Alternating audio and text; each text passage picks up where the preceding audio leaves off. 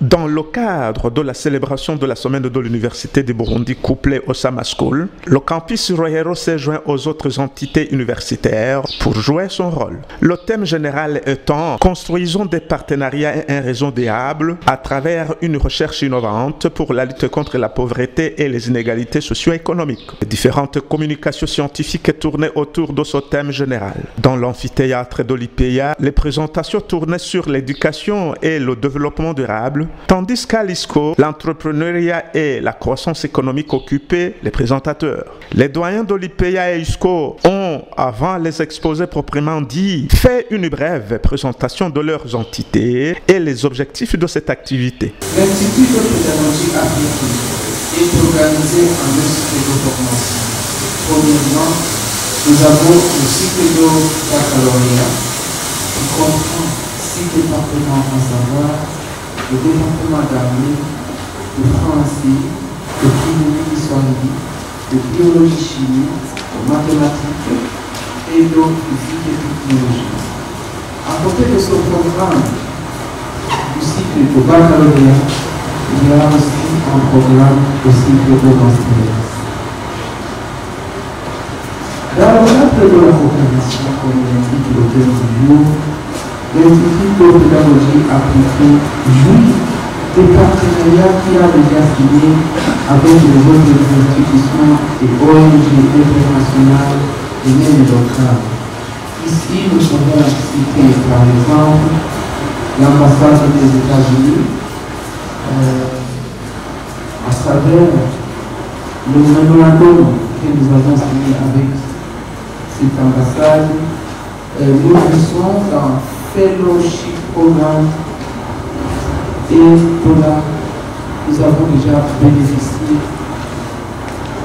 d'une enseignante américaine qui dispense des cours ici à l'Institut de pédagogie appliquée dans le cadre de ce programme. Nous avons ouvert la semaine de l'université.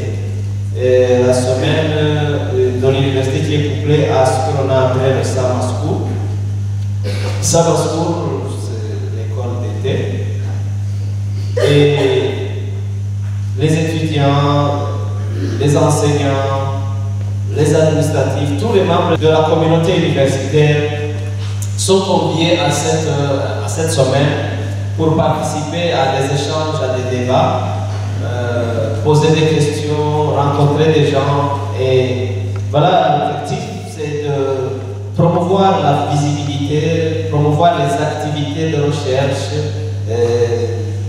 surtout de recherche innovante. Ça, c'est vraiment le nœud de ce qui est prévu dans ces séances d'échange, des présentations, des résultats de recherche, mais aussi des communications,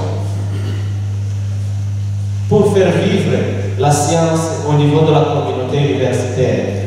Le docteur Richard Ndaïchimiye, dans son étude sur l'entrepreneuriat féminin, nous précise l'objet, les obstacles, mais aussi les ébauches de solutions pour booster les mentalités. Pensez à mener une étude sur l'entrepreneuriat féminin à l'Université du Burundi pour deux principales raisons.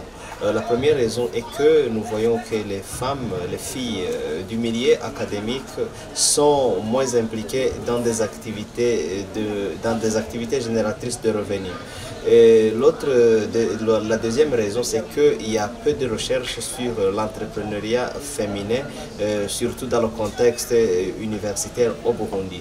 Et donc nous avons pensé qu'il était temps qu'on puisse explorer cette problématique d'entrepreneuriat féminin justement pour ce concept qui est en vogue dans la littérature récente soit une réalité à l'Université du Burundi. Le résultat auquel nous sommes arrivés, c'est que nous avons identifié 3 principaux obstacles qui handicapent l'entrepreneuriat féminin à l'Université du Burundi.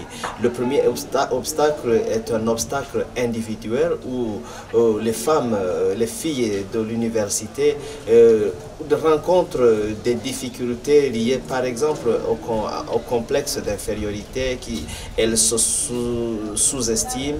Et voilà le premier obstacle. Nous avons dans notre présentation partager plusieurs autres obstacles liés au fait que c'est individuel, c'est un aspect individuel. Le deuxième obstacle, c'est que nous avons des obstacles qui sont liés à l'institution, des obstacles qu'on a appelés des obstacles institutionnels, c'est-à-dire des obstacles qui sont liés à l'université elle-même. Là, nous avons donné l'exemple de certaines pratiques qui ne sont pas développées, quoique par exemple il y a des incubateurs à l'université du Burundi.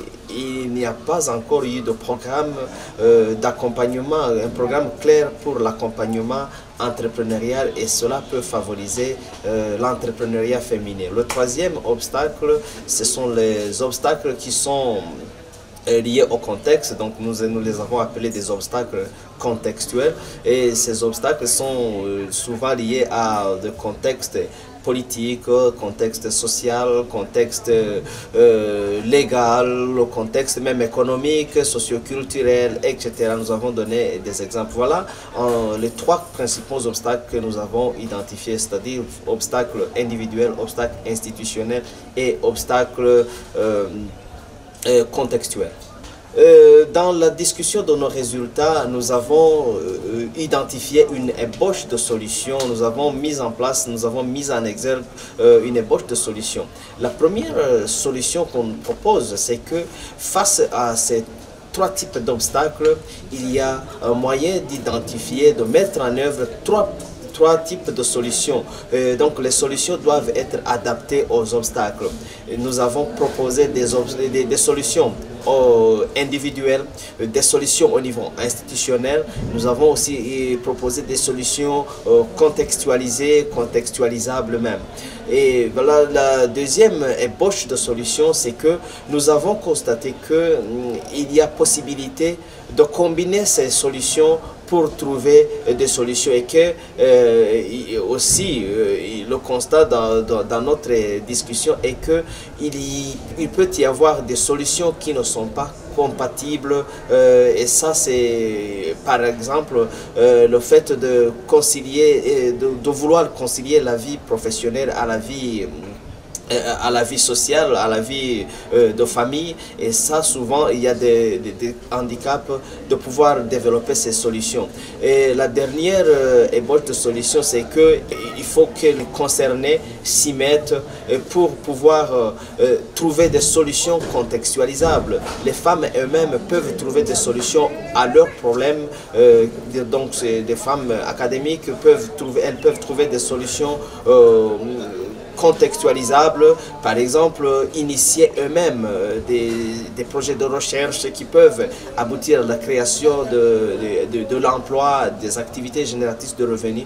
Voilà les quelques discussions sur lesquelles nous nous sommes attardés dans notre présentation. Sous le titre « Les déterminants du refus de financement des petites et moyennes entreprises par les banques commerciales du Burundi », le professeur Priska Niyuhire pose la problématique de l'étude, les défis des petites et moyennes entreprises, mais aussi recommande aux uns et aux autres pour appuyer ces organisations.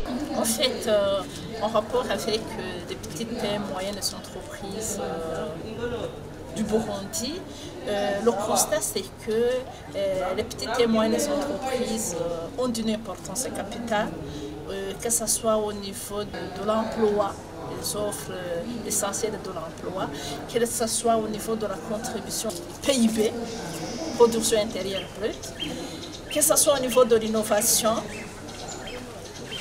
On constate en fait que les petites et moyennes entreprises sont d'une importance capitale. Mais si on regarde le soutien des PME, surtout au niveau du financement, on se rend compte que les petites et moyennes entreprises rencontrent pas mal de problèmes. Elles ne sont pas soutenues. Au niveau de l'accès au financement, elles ne sont pas prioritaires. Mais en fait, elles ne sont pas du tout exclues au niveau du financement, mais leurs caractéristiques font qu'elles n'accèdent pas facilement au niveau du financement, au niveau du financement externe, bancaire, dette ou même financement par les fonds propres. répète, pour ne pas financer les petites et moyennes entreprises, les leçons avancées sont des raisons liées à la solvabilité de ces petites et moyennes entreprises. Pour juger la solvabilité d'un client, on regarde les caractéristiques. On se rend compte alors qu'au niveau de ces petites et moyennes entreprises, il y a la symétrie de l'information. La symétrie de l'information, c'est-à-dire que les externes et les internes ne sont pas informés de la même manière. Et alors, on se rend compte que les institutions financières n'ont pas la même information, n'arrivent pas à avoir la totalité de l'information liée aux petites et moyennes entreprises. Il y a une information cachée. On n'arrive pas à déceler la qualité de solvabilité de ces petites et moyennes entreprises. Ça, c'est la première raison. La deuxième raison, il y a le problème de garantie. Le problème de garantie, puisque pour accéder au financement bancaire, on demande des garanties. Alors, on se rend compte que les entreprises, les petites et moyennes entreprises ont un problème de garantie, ils n'ont pas d'hypothèque, ils n'ont pas de nantissement, ils n'ont pas de gage, des problèmes donc de garantie. Et troisièmement, on a un problème de management, de gestion. Alors, ces problèmes de gestion, ces problèmes de management sont liés aux caractéristiques des dirigeants et caractéristiques des petites et moyennes entreprises. Au niveau des caractéristiques des petites et moyennes entreprises, c'est là où surtout nous avons rencontré un problème, puisque pour la caractéristique des dirigeants, c'est qu'on a un problème essentiellement de comptabilité. Problème des états financiers. Les états financiers sont des documents comptables de synthèse, comme les bilans, comme les comptes de résultats. On se rend compte qu'on n'a pas des états financiers fiables. Des fois, certains PME rencontrent problème des états financiers fiables, d'autres problèmes des états financiers certifiés. C'est ça essentiellement le problème de ces petites et moyennes entreprises. On néglige la comptabilité et les institutions financières n'arrivent pas à déceler la qualité financière de ces petites et moyennes entreprises, faute de bilans fiables, bilans certifiés. Les recommandations, les suggestions à l'État, surtout à l'État, de faciliter, de favoriser les petites et moyennes entreprises en créant par exemple des fonds de garantie, puisque nous avons un problème d'accès au financement faute de garantie, donc des fonds de garantie. Et aux petites et moyennes entreprises elles-mêmes peuvent créer des sociétés de caution mutuelle, faire des cotisations pour que justement on accède à une société de caution mutuelle, donc pour qu'il y ait une société les rassurant de garantie, et voilà. Et nous leur suggérons aussi quand même de faire des améliorations au niveau de la gouvernance et de la comptabilité pour avoir des états financiers fiables et voilà, des états financiers fiables et certifiés par les commissaires aux comptes. Par le PC aussi, nous suggérons quand même d'appuyer les petites et moyennes entreprises au niveau de la comptabilité. Voilà.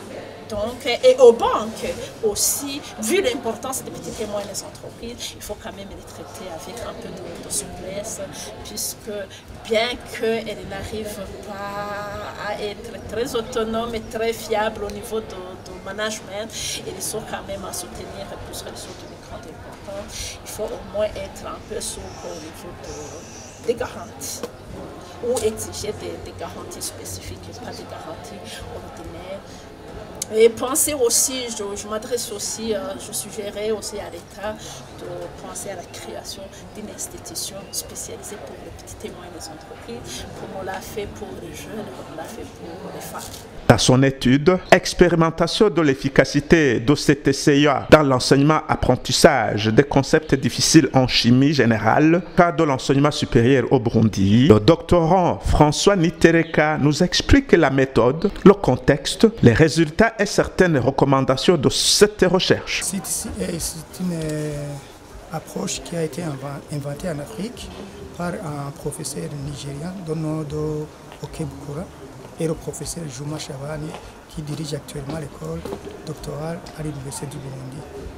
CTCA, c'est une approche qui utilise 3 éléments très importants, à savoir la culture d'un pays, la technologie, ou bien le TIC, et le contexte académique ou bien l'environnement de l'apprenant pour enseigner les étudiants ou bien pour enseigner les apprenants.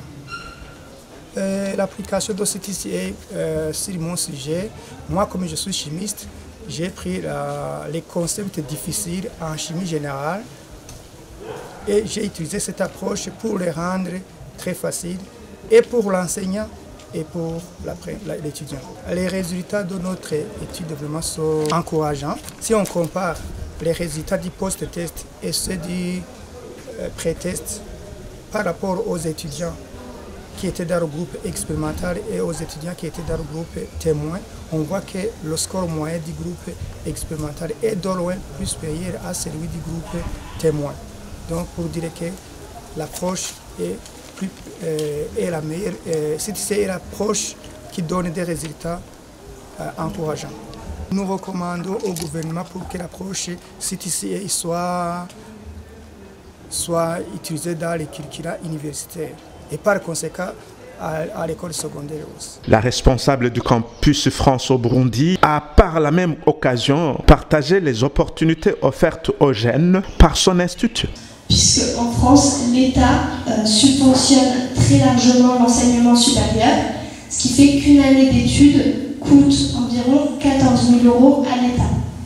Pour un étudiant en licence, l'inscription coûte 2 770 €. Donc ça reste des sommes conséquentes, mais le coût majoritaire est assumé par l'État. Une inscription en master, ce qui vous concerne sûrement plus ici, ça va être de 3 770 € par an. Avec ces frais d'inscription à l'université, ça ouvre aussi des droits à la sécurité sociale. Donc c'est ce qui va permettre d'être remboursé de ces prestations de santé. Bien entendu, la France est une grande puissance économique puisqu'elle est la 7e puissance économique mondiale, la 2e européenne et c'est le premier pays en termes d'accueil des investissements directs étrangers. Donc ça permet de montrer une certaine ouverture sur le monde et sur l'Europe. Alors, je pense que vous ne voyez pas, c'est un label qui est au milieu, donc c'est une autre bonne raison d'étudier en France. Il y a un label, Bienvenue en France, qui permet de certifier la qualité d'accueil et d'accompagnement des étudiants internationaux à leur arrivée en France.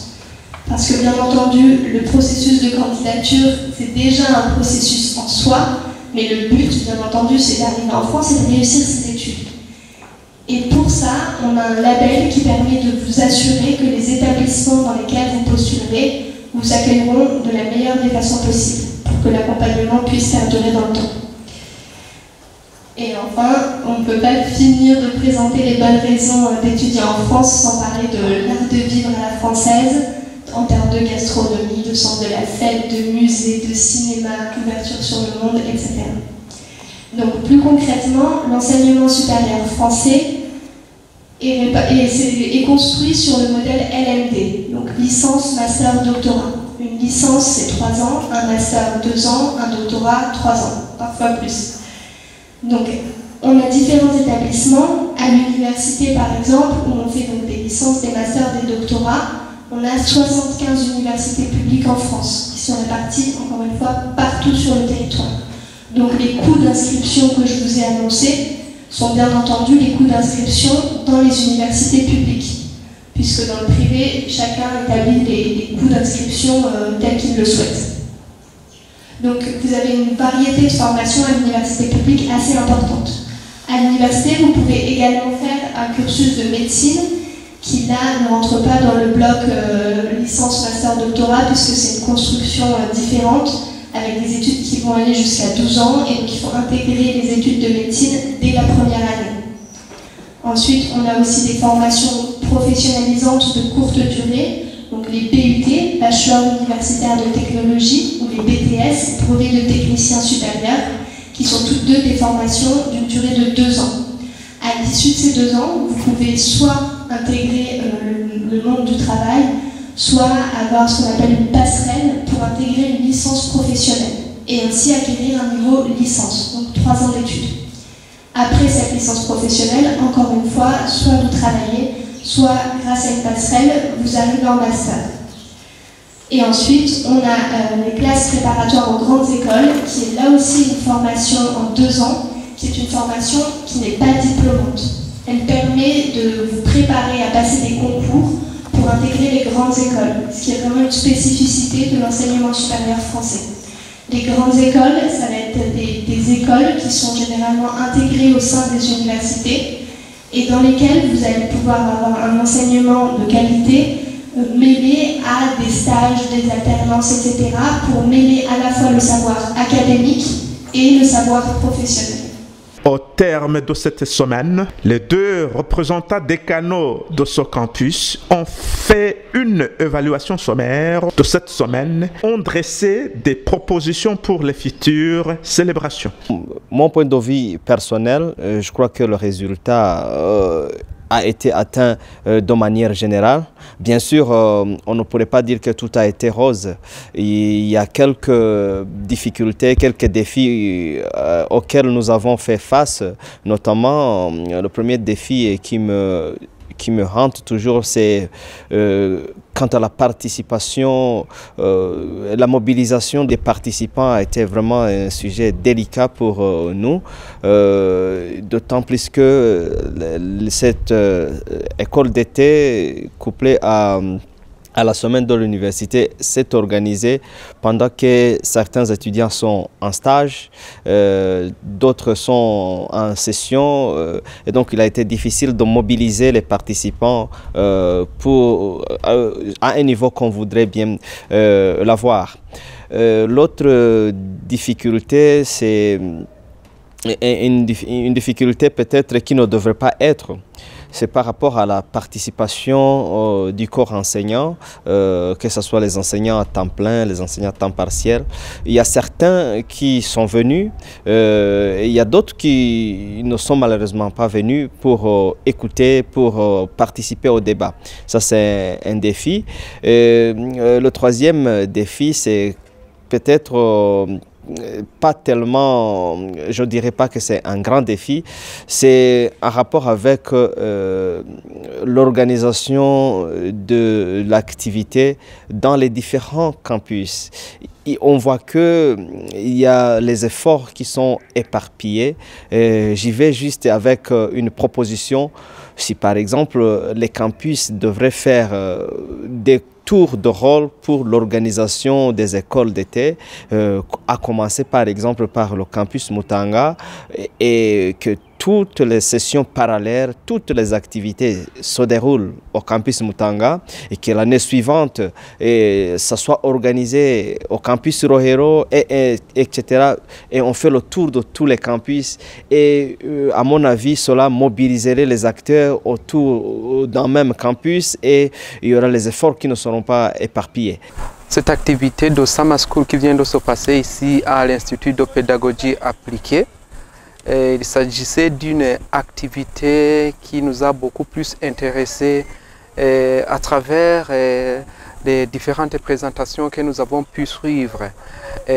D'abord, à partir du thème, nous avons été très intéressés de voir des présentations qui sont en rapport avec les différentes approches d'enseignement, d'autant plus que l'Institut de pédagogie appliquée est une institution qui a pour mission principale de former des futurs enseignants qui vont enseigner au poste fondamental, mais aussi au niveau de l'ECOFO. D'autre part, nous avons été très intéressés par les différentes présentations dans la mesure où les différents chercheurs des différents pays ont pu présenter les résultats de leurs recherches. Ici, par exemple, à l'IPEA, nous avons eu la chance de partager les résultats de recherche des différentes approches appliquées dans les autres pays comme la RDC. Et là, alors, nous avons eu le temps d'échanger sur les différentes approches qu'on utilise dans l'enseignement au Burundi et les différentes approches qu'on utilise aussi dans l'enseignement au niveau de la RDC. Et à part ça aussi, ça a été une bonne occasion pour nos étudiants pour se renseigner qu'il existe des opportunités où les étudiants peuvent poursuivre leurs études. Par exemple, il y avait une présentation sur le campus France et ses opportunités. De là, alors, les étudiants ont pu savoir comment ils peuvent appliquer et faire des demandes, et ils ont eu la chance de voir tout le processus, comment ça se fait jusqu'au bout et jusqu'au moment où ils peuvent recevoir la bourse. Et en dernier lieu, nous avons été intéressés par d'autres résultats des recherches des domaines différents. Alors pour nous, alors ça a été une réussite. Ça a été aussi une occasion d'échange, mais aussi une occasion d'encouragement d'autres chercheurs d'une part, et aussi d'encouragement de nos étudiants dans leur vie future. Pour les activités du moins futures, oui, les défis ne manquent pas, mais quand même, ce sont des défis qui sont minimes. Au niveau de l'organisation, nous avons vu que quelque part, même si c'était très intéressant, les étudiants ne comprenaient pas dans un premier temps de quoi il s'agissait. Et le premier jour où il y avait beaucoup d'étudiants qui s'étaient présentés, mais le deuxième jour, certains n'ont pas pu venir. Alors que c'était le moment aussi de découvrir ces différentes opportunités et de là se renseigner et avoir des informations de comment les autres chercheurs évoluent dans le domaine de la recherche. D'autre part, même si l'activité était beaucoup plus intéressante, nous n'avons pas vu dans la salle la totalité des enseignants-chercheurs. Une partie était présente, les autres peut-être qu'ils étaient empêchés par d'autres activités, mais quand même il fallait qu'ils donnent une grande importance à cette noble activité organisée par l'Université du Burundi.